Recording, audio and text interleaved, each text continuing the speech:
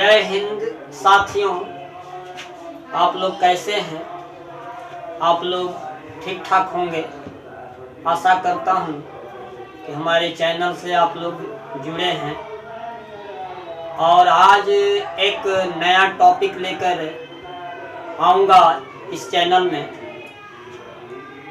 वो मेंसुरेशन आज मैं चालू कर रहा हूँ। मेंसुरेशन क्षेत्र मिति, इसको सीक्वेंस के अनुसार सीरियल नंबर से एक एक चीज को मैं इसको बताऊंगा। आप लोगों को इसको अध्ययन करना है। आइए, मेंसुरेशन क्या होता है इसके पहले इसके बारे में जान लिया जाए। मेंसुरेशन, तो मेंसुरेशन जैसे देखिए यहाँ मेंसुरेशन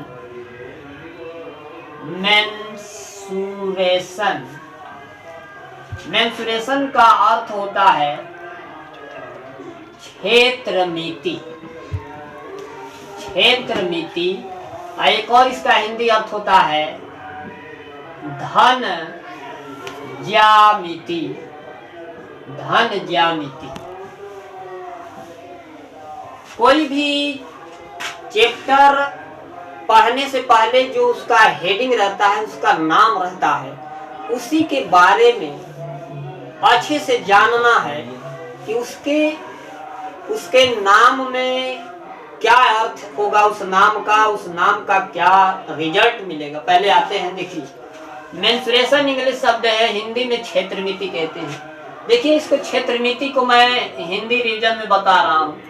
क्षेत्र मिति का संधि विच्छेद होता है क्षेत्र धन मिति। क्षेत्र धन मिति, क्षेत्र और मिति माने मापन, क्षेत्र का मापन, इसका परिभाषा हो जाएगा क्षेत्र का मापन। इसमें एक आता है, एक और हिंदी अर्थ आता है मेंसुरेशन का धन ज्यामिति। तो ज्यामिति का भी अर्थ देख लीजिए आप लोग। ज्यामिति, ज्या धन मिति। ज्या मतलब होता है पृथ्वी। ज्या मतलब पृथ्वी और मिति का मतलब होता है मापन। ज्यामिति का अर्थ होता है ज्या धन मिति। ज्या माने पृथ्वी, मिति माने मापन। पृथ्वी की माप की जाती है। ये एक ऐसा टॉपिक है कि साइंस से लेकर, भूगोल से लेकर और जितने ये आकृति है उसको हम इसमें मापते हैं। पृथ्वी की जितने टुकड़े में भाग करके पृथ्वी की परत को हम लोग इस मेंसुरेशन के क्षेत्र में मापते हैं। इसका अर्थ है मेंसुरेशन इंग्लिश में कहते हैं क्षेत्र मिति, क्षेत्र धन मिति, क्षेत्र का मापन। एरिया, इसको कहते हैं एरिया मेजरमेंट। इंग्लिश में कहते हैं एरिया मेजरमेंट, एरिया का मापन। ज्या धन मिति, ज्या माने पृथ्वी, मिति माने मापन। पृथ्वी की माप करते हैं। पृथ्वी पे अनेक प्रकार के वायुमंडल जीव जंतु है और उसमें इंसान ही ऐसा है, समझदार है, जो पृथ्वी की आकृति को माप सकता है, समझा सकता है साइंटिस्टों को द्वारा। तो जितने साइंटिस्ट हुए, जितने गणितज्ञ हुए, इस चीज को विस्तार किया, जो आने वाली पीढ़ी इसको पढ़ रही है। तो यही है, पढ़ने से पहले किसी चीज का, किसी नाम का व्याख्या अच्छी से कर लिया जाता है। तो मेंसुरेशन का अर्थ होता है क्षेत्र मिति, क्षेत्र धन मिति, क्षेत्र का मापन, एरिया ऑफ मेजरमेंट इंग्लिश में बोलते हैं। ज्यामिति, ज्या का अर्थ होता है पृथ्वी, ज्या का अर्थ होता है पृथ्वी और मिति का अर्थ होता है मापन। अर्थ ऑफ मेजरमेंट, इसको इंग्लिश में कहते हैं अर्थ ऑफ मेजरमेंट। तो इसीलिए इस मेंसुरेशन को गणितज्ञों ने बनाया। अब किस तरह के आकृति को मापते हैं जरा यहाँ देखते हैं। आइए, ये लोग समझ लीजिए, इसको नोट कर लीजिए। तो ये अब बता रहा हूं कि किस तरह के आकृति को मापते हैं। जैसे आता है स्क्वायर, ये स्क्वायर है, स्क्वायर का अर्थ होता है वर्ग। तो ये स्क्वायर जो है ये एक आकृति है, जैसे मान लीजिए ये आकृति है। उसके बाद आता है रेक्टेंगल। तो रेक्टेंगल का ऐसे होता है, ये रेक्टेंगल है, ये आकृति समझिए आप लोग, ये रेक्टेंगल है, इसको आयत कहते हैं हिंदी में। इसके बाद आता है पैरेललोग्राम, समांतर चतुर्भुज, पैरेललोग्राम। उसके बाद बहुत सारे इसमें आकृति मिलेंगे, जैसे आता है रामभस, ये ऐसे आता है, ट्रापीजियम है, ये ट्रापीजियम है। उसके बाद आता है रामभस, आता है ऐसे रहता है ये जो आकृति है ये स्थान घेर रही है। अब किस तरह से ये कट कट करके स्थान घेर रही है, इसी को हम इस मेंसुरेशन में मापते हैं। तो इसको कहा जाता है क्षेत्रमिति। ये कितना क्षेत्र घेरी है, कितना स्थान घेर रहा है, तो ये किस तरह का आकृति है जो ऐसा स्थान घेर रहा है, तो ये रेक्टेंगल हो जाएगा। ये किस तरह का स्थान है जो इस तरह का सेम साइड में स्थान घेर रहा है, तो ये स्क्वायर हो जाएगा। ये पैरेललोग्राम है, ये किस तरह का स्थान घेर रहा है, तो ये हो जाएगा समांतर चतुर्भुज या पैरेललोग्राम। ये रामभस है, ट्रापीजियम है। अब इसको बारी बारी से सीक्वेंस में हम लोग इसको पढ़ेंगे, इसकी एरिया निकालेंगे, पैरामीटर निकालेंगे और उसका सूत्र निकाल करके इस पे सवाल पढ़ेंगे, तो बहुत आनंद आएगा। इसको पढ़ना है। जैसे में हम स्क्वायर के बारे में शुरुआत करते हैं कि इसमें क्या कंडीशन आती है, देख लेते हैं। देखिए, जैसे इसमें एक स्क्वायर, इसको क्यों कहा गया कि इसका जो साइड है, इसका जो साइड है सेम है, ये भी साइड, ये भी साइड, ये भी साइड, ये भी साइड। तो मान लेते हैं यहाँ A है, B है, C है, ये D है, तो ये स्क्वायर है और सभी इसकी साइडें बराबर है। जैसे ये, तो ये भी एक साइड हो गया और BC दूसरा साइड हो गया, तीसरा DC हो गया, चौथा AD हो गया।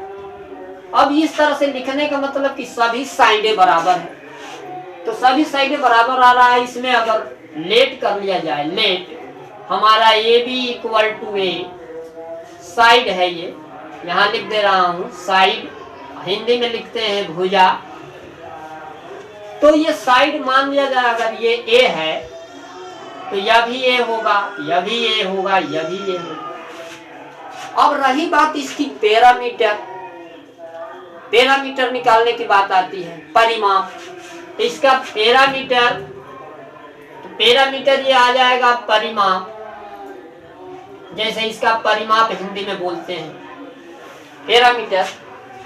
तो इसकी सभी भुजाओं को ऐड करो तो पैरामीटर निकल जाएगा। जैसे जोड़ते हैं ये AB भुजा plus BC plus CD plus AD। अब इसमें जो भी भुजा है जोड़ कर देख लीजिए, A plus A plus A plus A, चारों साइडें आप लोग जोड़ दिए। इसको जोड़ दिया जाए तो 1 2 3 4, 4A हो गया। अब इसी को कहते हैं पैरामीटर, इसी को परिमाप कहते हैं। तो ये वर्ग का, स्क्वायर का ये परिमाप 4A होता है। इसी तरह एरिया आता है, नोट कर लीजिए इसको। इसके बाद इसका पैरामीटर निकल गया 4A। अब एरिया कैसे निकालते हैं, यहां देखते हैं एरिया। तो एरिया इसका निकालेंगे तो एरिया इसमें देखते हैं कि साइड इसका सभी इक्वल है। ये साइड, ये साइड, ये साइड, चारों साइड आपस में बराबर है। तो कोई दो साइड को हम इक्वल कर लेते हैं तो ये दो साइड इसमें एडजस्ट हो जाता है।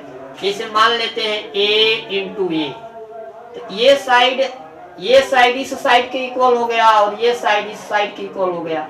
मल्टीप्लाई कर देंगे, टोटल एरिया निकल जाता है। ए में ए से मल्टीप्लाई कर दिया गया तो ए स्क्वायर हो गया। इसको लिखते हैं स्क्वायर ऑफ एरिया, इसको लिखते हैं स्क्वायर ऑफ पैरामीटर 4a, तो ये हो गया ए स्क्वायर।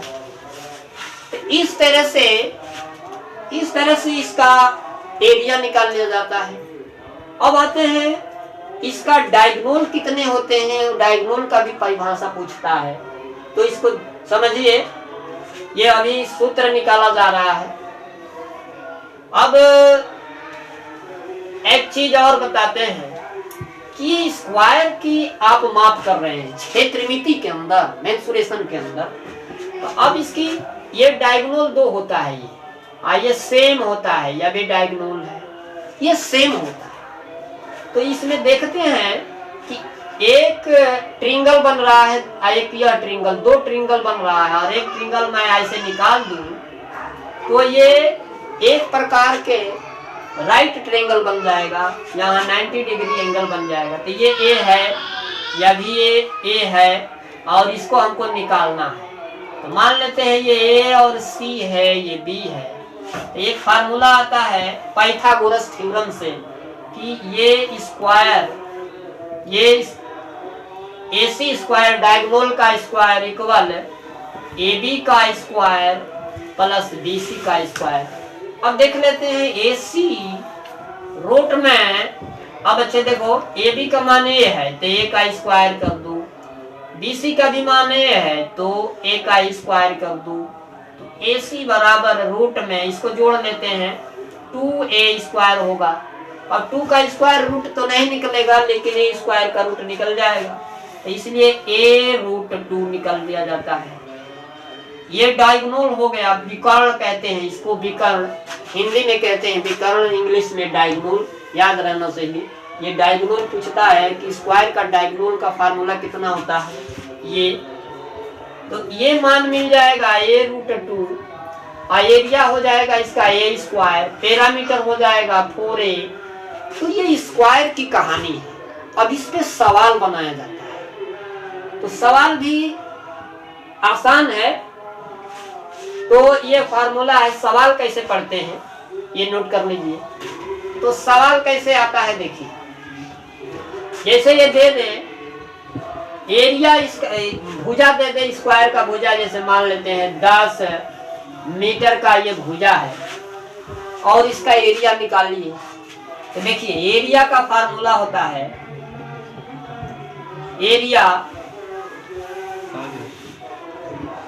एरिया का फार्मूला हो जाएगा स्क्वायर। तो यहाँ से हम नोट कर लेंगे 10 का स्क्वायर बराबर 100। आइए मीटर का स्क्वायर हो जाएगा, मीटर माने 100 मीटर स्क्वायर एरिया हो जाएगा।